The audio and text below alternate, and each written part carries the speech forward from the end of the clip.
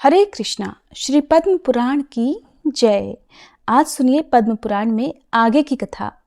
महादेव जी देवी पार्वती से कहते हैं कि पार्वती जी, एक समय की बात है, मैंने जगत के स्वामी भगवान श्री विष्णु से पूछा था कि भगवान, सब व्रतों में उत्तम व्रत कौन है, जो पुत्र पौत्र की वृद्धि करने वाला और सुख सौभाग्य को देने वाला हो। उस समय उन्होंने जो कुछ उत्तर दिया वो सब मैं तुम्हें कहता हूँ, सुनो। श्री विष्णु बोले कि महाबाहु शिव, पूर्व समय में देव शर्मा नाम के एक ब्राह्मण रहते थे, जो वेदों के पारगामी विद्वान थे और सदा स्वाध्याय में ही लगे रहते थे। प्रतिदिन अग्निहोत्र करते और सदा अध्ययन, अध्यापन, यजन, याजन और दान प्रतिग्रह रूप 6 कर्मों में प्रवृत्त रहते थे। सभी वर्णों के लोगों में उनका बड़ा मान था। वे पुत्र, पशु और बंधु बांधव सबसे संपन्न थे। ब्राह्मणों में श्रेष्ठ देव शर्मा की पत्नी का नाम भगना था।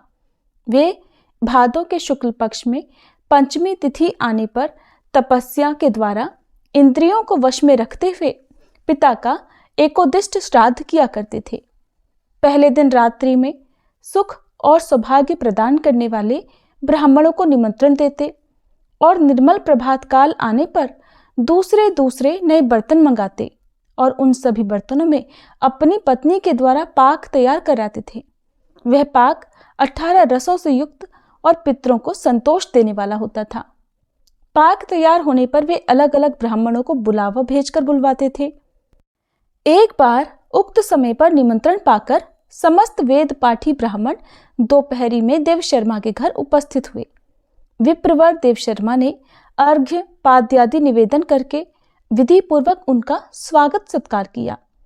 फिर घर के भीतर जाने पर सबको बैठने के लिए आसन दिया और विशेषतः मिष्ठान्न के साथ उत्तम भोजन उन्हें करने के लिए परोसा। साथ ही विधि पूर्वक पिंडदान की पूर्ति करने वाला श्राद्ध भी किया।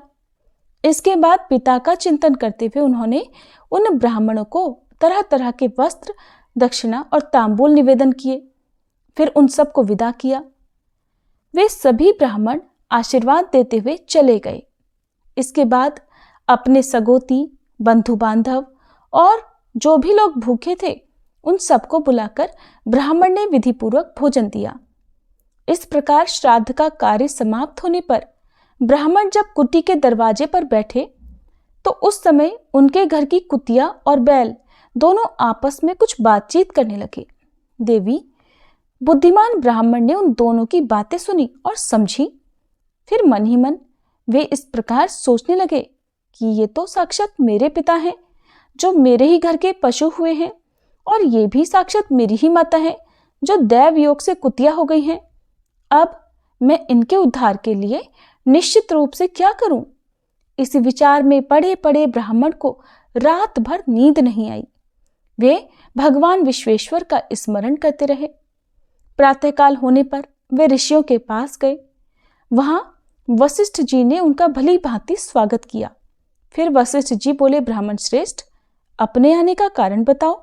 तब ब्राह्मण बोले, मुनिवर, आज मेरा जन्म सफल हुआ और आज मेरी संपूर्ण क्रियाएं भी सफल हो गई, क्योंकि इस समय मुझे आपका दुर्लभ दर्शन प्राप्त हुआ है। अब मेरा समाचार सुनिए। आज मैंने शास्त्रोक्त विधि से श्राद्ध किया, ब्राह्मणों को भोजन कराया और समस्त कुटुंब के लोगों को भी भोजन दिया है। सबके भोजन करने के बाद एक कुतिया आई और मेरे घर में जहां एक बैल रहता है उसे पति रूप से संबोधित करके इस प्रकार कहने लगी कि स्वामिन, आज जो घटना घटी है उसे सुन लीजिए। इस घर में जो दूध का बर्तन रखा हुआ था उसे सांप ने अपना जहर उगलकर दूषित कर दिया था। ये मैंने अपनी आंखों देखा था। देखकर मेरे मन में बड़ी चिंता हुई। सोचने लगी कि इस दूध से जब भोजन तैयार होगा उस समय सब ब्राह्मण इसको खाते ही मर जाएंगे। ऐसा सोचकर मैं स्वयं ही उस दूषित दूध को पीने लगी। इतने में बहू की नजर मुझ पर पड़ गई। उसने मुझे खूब मारा। मेरा अंग भंग हो गया है। इसी से मैं लड़खड़ाती हुई चल रही हूँ। क्या करूं, बहुत दुखी हूं। कुतिया के दुख का अनुभव करके बैल ने भी उससे कहा कि अब मैं तुम्हें अपने दुख का भी कारण बताता हूं, सुनो। मैं पूर्व जन्म में इस ब्राह्मण का साक्षात पिता था। आज इसने ब्राह्मणों को भोजन कराया और प्रचुर अन्न का दान किया है, किंतु मेरे आगे इसने घास और जल तक नहीं रखा। इसी दुख से मुझे आज बहुत कष्ट हुआ है। उन दोनों का यह कथानक सुनकर मुझे रात भर नींद नहीं आई। मुनिश्रेष्ठ, मुझे तभी से चिंता हो रही है। मैं वेद का स्वाध्याय करने वाला हूँ, वैदिक कर्मों के अनुष्ठान में कुशल हूँ, फिर भी मेरे माता और पिता को महान दुख सहन करना पड़ रहा है। इसके लिए मैं क्या करूं? यही सोचता विचारता हे मुनिवर मैं आपके पास आया हूं, आप ही मेरा कष्ट दूर कीजिए। तब ऋषि बोले, ब्राह्मण, उन दोनों ने पूर्व जन्म में जो कर्म किया है उसे सुनो। ये तुम्हारे पिता परम सुंदर कुंडिन नगर में श्रेष्ठ ब्राह्मण रहे हैं। एक समय भादो के महीने में पंचमी तिथि आई थी। तुम्हारे पिता अपने पिता के श्राद्ध आदि में लगे थे, इसलिए उन्हें पंचमी के व्रत का ध्यान नहीं रहा। उनके पिता की क्षयाह तिथि थी। उस दिन तुम्हारी माता रजस्वला हो गई थी, तो भी उसने ब्राह्मणों के लिए सारा भोजन स्वयं ही तैयार किया। रजस्वला स्त्री पहले दिन चांडाली, दूसरे दिन ब्रह्मघातिनी और तीसरे दिन धोबिन के समान अपवित्र बताई गई है। चौथे दिन स्नान के बाद उसकी शुद्धि होती है। तुम्हारी माता ने इसका विचार नहीं किया, अतः उसी पाप से उसको अपने ही घर की कुतिया होना पड़ा है, और तुम्हारे पिता भी इसी कर्म से बैल हुए हैं।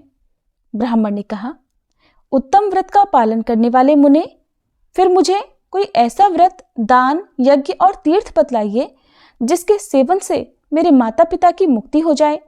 ऋषि बोले, भादो के शुक्ल पक्ष में जो पंचमी आती है उसका नाम ऋषि पंचमी है। उस दिन नदी, कुएं, पोखरे अथवा ब्राह्मण के घर पर जाकर स्नान करे, फिर अपने घर आकर गोबर से लीपकर मंडल बनाए, उसमें कलश की स्थापना करे। कलश के ऊपर एक पात्र रखकर उसे तिन्नी के चावल से भर दे। उस पात्र में यज्ञोपवीत, स्वर्ण और फल के साथ ही सुख और सौभाग्य देने वाले 7 ऋषियों की स्थापना करे।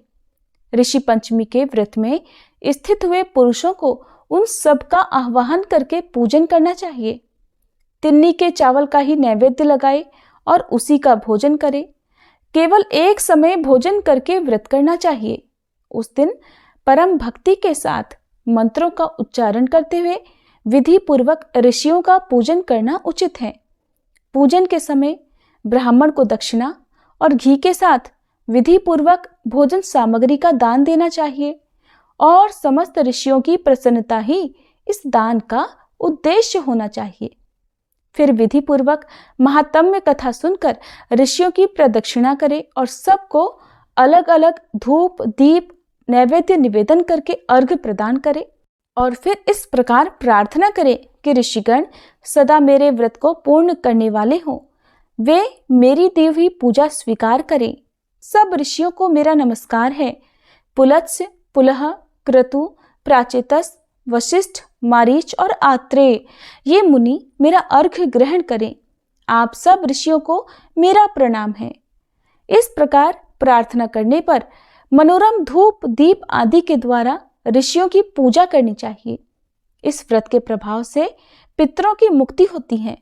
वत्स, पूर्व कर्म के परिणाम से अथवा रज के संसर्ग से जो कष्ट होता है, उससे इस व्रत का अनुष्ठान करने पर निस्संदेह छुटकारा मिल जाता है। महादेव जी कहते हैं, ये सुनकर देव शर्मा ने पिता माता की मुक्ति के लिए ऋषि पंचमी व्रत का अनुष्ठान किया। उस व्रत के प्रभाव से वे दोनों पति पत्नी पुत्र को आशीर्वाद देते हुए मुक्ति मार्ग से चले गए। ऋषि पंचमी का यह पवित्र व्रत ब्राह्मण के लिए बतलाया गया, किंतु जो नरश्रेष्ठ इसका अनुष्ठान करते हैं वे सभी परम पुण्य के भागी होते हैं। जो श्रेष्ठ पुरुष इस परम उत्तम ऋषि व्रत का पालन करते हैं वे इस लोक में प्रचुर भोगों का उपभोग करके अंत में भगवान श्री विष्णु के सनातन लोक को प्राप्त होते हैं। देवी पार्वती बोली, भगवान, सभी प्राणी विष और रोग आदि के उपद्रव से ग्रस्त और दुष्ट ग्रहों से हर समय पीड़ित रहते हैं। सुरश्रेष्ठ, जिस उपाय का अवलंबन करने से मनुष्यों को अभिचार अर्थात मारण, उच्चाटन आदि तथा कृत्या आदि से उत्पन्न होने वाले नाना प्रकार के भयंकर रोगों का शिकार न होना पड़े, उसका मुझसे वर्णन कीजिए। तब महादेव जी बोले, पार्वती, जिन लोगों ने व्रत, उपवास और नियमों के पालन द्वारा भगवान विष्णु को संतुष्ट कर लिया है, वे कभी रोग से पीड़ित नहीं होते। जिन्होंने कभी व्रत, पुण्य, दान, तप, तीर्थ सेवन, देव पूजन या अधिक मात्रा में अन्नदान नहीं किया है, उन्हीं लोगों को सदा रोग और दोष से पीड़ित समझना चाहिए। मनुष्य अपने मन से आरोग्य तथा उत्तम समृद्धि आदि जिस जिस वस्तु की इच्छा करता है, वो सब भगवान विष्णु की सेवा से निश्चय ही प्राप्त कर लेता है। श्री मधुसूदन के संतुष्ट हो जाने पर न कभी मानसिक चिंता सताती है, न रोग होता है, न विष तथा ग्रहों के कष्ट में बंधना पड़ता है और न कृत्या के स्पर्श का ही भय रहता है।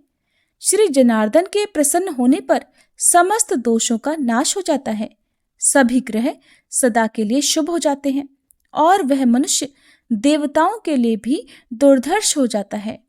जो संपूर्ण प्राणियों के प्रति समान भाव रखता है और अपने प्रति जैसा बर्ताव चाहता है, वैसा ही दूसरों के प्रति भी करता है। उसने मानो उपवास आदि करके भगवान मधुसूदन को संतुष्ट कर लिया। ऐसे लोगों के पास शत्रु नहीं आते, उन्हें रोग या आभिचारक कष्ट नहीं होता और उनके द्वारा कभी पाप का कार्य भी नहीं बनता। जिसने भगवान विष्णु की उपासना की है, उसे भगवान के चक्र आदि अमोघ अस्त्र सदा सब आपत्तियों से बचाते रहते हैं। हरे कृष्णा। आज के अध्याय में बस इतना ही। इसके आगे की कथा आप सभी अगले अध्याय में जरूर सुनिएगा।